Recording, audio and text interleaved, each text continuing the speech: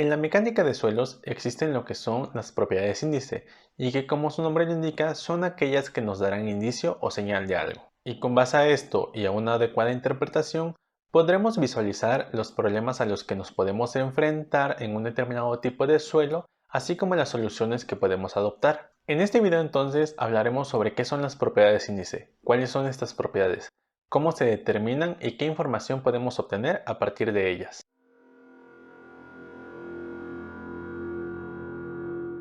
Hola, bienvenido a este canal de Geotecnia Aplicada. Yo soy Alejandro y en este canal hablaremos sobre exploración de suelos, pruebas de campo, ensayos de laboratorio, análisis y diseño geotécnico y otros temas de geotecnia en general. Así que si este contenido es de tu interés, considera suscribirte. Como ya dijimos en la introducción, el día de hoy hablaremos sobre las propiedades índice y para comenzar vamos a explicar qué son. Y esto es muy sencillo, las propiedades índice son aquellas que nos indicarán de forma cualitativa el posible comportamiento que tendrá el suelo.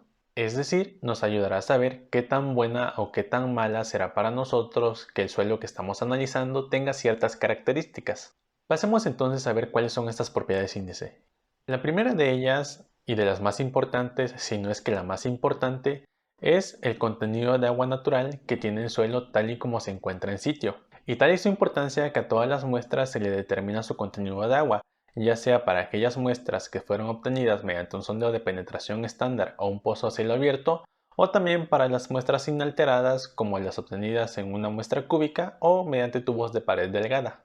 Y el concepto de contenido de agua es tan relevante que incluso lo debemos determinar cuando hacemos otros ensayos, como por ejemplo cuando realizamos ensayos de corte directo o ensayos extraxiales. También lo determinamos cuando realizamos ensayos de compactación, ya que esto nos ayudará a graficar la curva de compactación. Asimismo, en los ensayos de límites de consistencia que veremos en un momento, también es necesario calcular su contenido de agua. Y el contenido de agua de un suelo no es más que la relación entre la masa del agua del suelo y la masa del suelo en sí, y esto generalmente lo expresamos en porcentaje. ¿Y qué podemos inferir teniendo este dato del contenido de agua? Bueno, pues para comenzar nos podremos dar una idea de la resistencia que tiene el suelo, ya que la resistencia del suelo está íntimamente ligada con su contenido de agua. Y lo podemos ver en el siguiente gráfico, donde observamos que con un contenido de agua bajo tenemos una buena resistencia al corte. Sin embargo, con un contenido de agua muy alto, la resistencia al corte es baja. Es decir, conforme el contenido de agua va aumentando, la resistencia al corte va disminuyendo y viceversa. Conforme el contenido de agua va disminuyendo, la resistencia al corte va aumentando. Además de esto, el contenido de agua nos puede dar una idea sobre el tipo de suelo, ya que contenidos de agua muy altos generalmente corresponden a suelos finos, mientras que contenidos de agua bajo corresponden a suelos más gruesos, como las gravas y las arenas. La segunda propiedad índice es la relacionada al tamaño de las partículas que conforman un suelo, y estos tamaños los determinamos a partir de un ensayo de granulometría.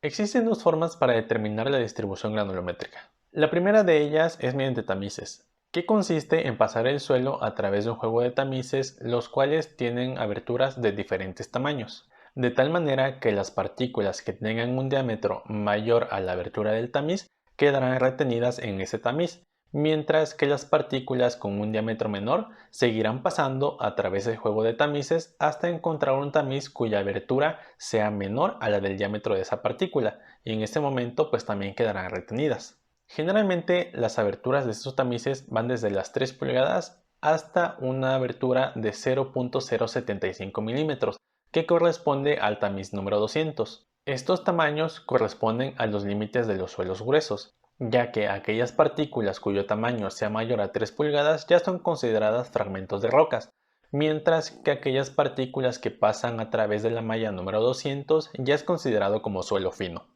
Cuando el material que estamos ensayando tiene una parte importante de suelo fino, o es en su gran mayoría suelo fino, se complica un poco el hecho de pasar este suelo a través del tamiz número 200. Cuando esto pasa, lo que hacemos es realizar el ensayo mediante vía húmeda, lo que comúnmente llamamos lavado de finos, el cual consiste en agregar agua a la muestra y decantarla sobre el tamiz número 200, de tal manera que las partículas más finas, al encontrarse suspendidas en el agua, pasen a través del tamiz, mientras que las partículas más gruesas se queden retenidas en el tamiz número 200. Sin embargo, esto solo nos dirá la cantidad de suelo fino que tenía la muestra, pero no nos dirá la distribución granulométrica de dicho suelo fino. Para ello existe otra forma de determinar la granulometría y es mediante el empleo de un hidrómetro.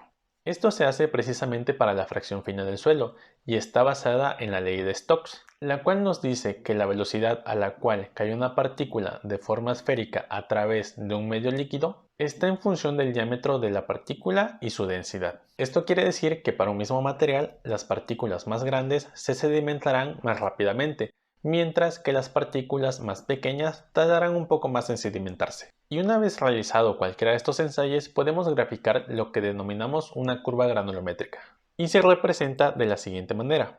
En el eje horizontal tenemos los diámetros de las partículas y en el vertical el porcentaje que pasa cada tamiz. Y es importante aclarar que esta curva se grafica en escala semilogarítmica, ya que la escala del eje vertical es una escala normal y la escala horizontal, que es la de los diámetros de las partículas, es una escala logarítmica.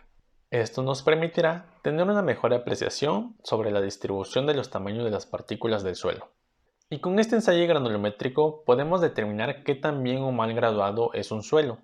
Una curva alargada y en forma de S nos indica una adecuada graduación, ya que el suelo tiene partículas de diferentes diámetros, mientras que una curva más vertical nos indicará que las partículas de ese suelo son casi del mismo diámetro, lo cual no es una correcta graduación, ya que todas estas partículas son relativamente uniformes. ¿Y para qué nos sirve saber esto? Pues un suelo bien graduado tendrá menos espacios vacíos, ya que el espacio entre las partículas más grandes será ocupado por partículas más pequeñas.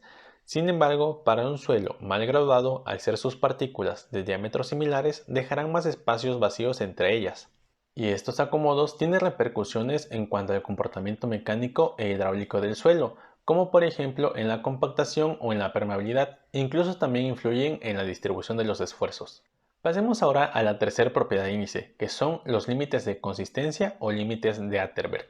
Esta propiedad es de vital importancia en suelos finos y está estrechamente ligada con el contenido de agua, ya que dependiendo del contenido de agua, el suelo puede estar dentro de alguno de los 5 estados de consistencia. Y lo podemos ver en este gráfico, donde tenemos que el primer estado de consistencia es el sólido, y mientras vamos agregando agua, el suelo pasa a tener una consistencia semisólida.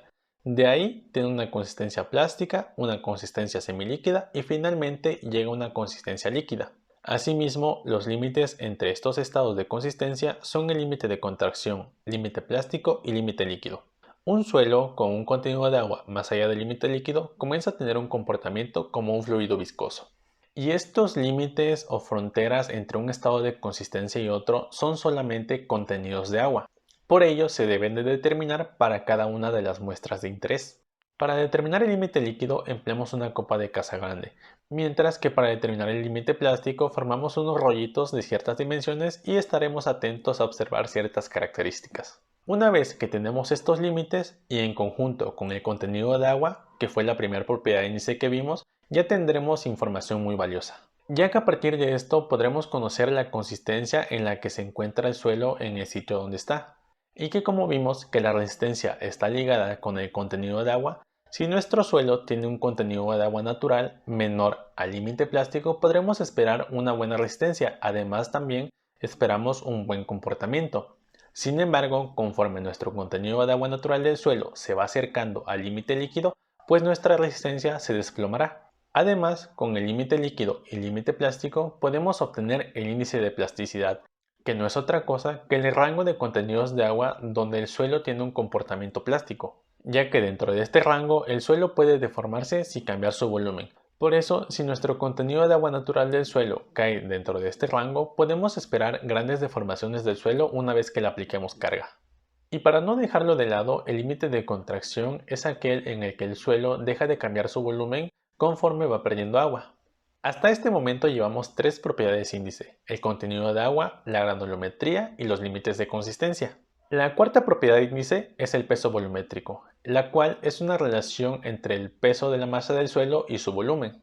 A este peso volumétrico también se le conoce como densidad del suelo o masa volumétrica, solo que la masa volumétrica es la relación entre la masa del suelo y su volumen. La diferencia entre estos dos son las unidades que empleamos, ya que el peso volumétrico de un suelo está definido por las unidades de kilonewton sobre metro cúbico, mientras que la densidad del suelo o masa volumétrica lo tenemos en unidades de toneladas por metro cúbico. Para determinar el peso volumétrico de un suelo lo podemos hacer de varias formas. La primera de ellas es de forma geométrica, siempre y cuando el suelo nos permita labrar una figura geométrica como un cilindro, el cual después también usaremos para ensayos mecánicos, por lo que debe de ser una muestra inalterada. A esta muestra le tomamos las dimensiones, largo y diámetro. A partir de eso obtendremos su volumen. Inmediatamente después pesamos la muestra y obtendremos su masa. A partir de esos dos datos ya podremos calcular la masa volumétrica del suelo, al dividir masa entre volumen. La segunda forma es un poco más laboriosa, y esta la utilizamos cuando el suelo, por sus características, nos impide labrar una figura geométrica, y es el método de la parafina. Antes también se empleaba un método que involucraba mercurio. Sin embargo, debido al riesgo que esto conlleva, ese método se ha descontinuado.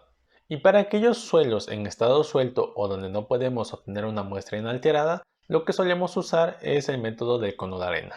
Y una vez obtenido el peso volumétrico del suelo, este dato nos proporcionará información acerca de su posible comportamiento, ya que cuando tenemos pesos volumétricos bajos, lo que podemos esperar son bajas resistencias y grandes deformaciones. Incluso llega a haber suelos cuyo peso volumétrico es menor que el peso volumétrico del agua, y esto se debe a que ese suelo tiene una gran cantidad de vacíos, lo que nos traerá grandes deformaciones a la hora de aplicarle carga a dicho suelo. Estas cuatro propiedades índice, el contenido de agua, la granulometría, los límites de consistencia y el peso volumétrico, ya nos brindarán información suficiente para nosotros conocer el posible comportamiento que tendrá el suelo. Sin embargo, también tenemos otras tres propiedades que nos ayudarán a complementar aún más la información, las cuales son la gravedad específica o densidad de sólidos, el grado de saturación y la relación de vacíos u oquedad. La gravedad específica nos ayudará en diversos cálculos, ya que a partir de ella podemos obtener la densidad del suelo y junto con el contenido de agua podemos obtener el peso volumétrico del suelo. Esto es de gran ayuda cuando no podemos medir el peso volumétrico del suelo con alguno de los métodos que ya hemos comentado. El grado de saturación, como su nombre lo dice, nos indicará qué tan saturado está el suelo, y esto es de gran utilidad cuando tenemos que trabajar con la compactación de un suelo. Incluso como dato relevante cabe mencionar que existen suelos por arriba del nivel de aguas freáticas que están saturados y que pueden existir suelos que estén sumergidos pero no precisamente por eso estén saturados. Y finalmente la relación de vacíos nos dará una idea sobre qué tan compresible puede ser un suelo, ya que una relación de vacíos muy alta nos indicará que ese suelo presentará grandes deformaciones, mientras que una relación de vacíos baja nos indicará menos problemas en cuanto a la compresibilidad de ese suelo. Y este dato de relación de vacíos u oquedad es muy importante a la hora de hacer análisis acerca de la consolidación de los suelos. Ahí lo tienes, espero que esta información te haya sido de utilidad y no está de más mencionar que conforme vamos agarrando experiencia le podemos sacar más provecho a estas propiedades índice y conforme pase el tiempo nos será más sencilla su interpretación. También no olvides suscribirte al canal y activar las notificaciones, ya que estaremos subiendo videos explicando sobre cómo se hacen los ensayos que mencionamos e incluso los cálculos y algunos ejemplos más. Déjame abajo en los comentarios qué otra propiedad agregarías o incluso cuál de estas quitarías. Hasta la próxima.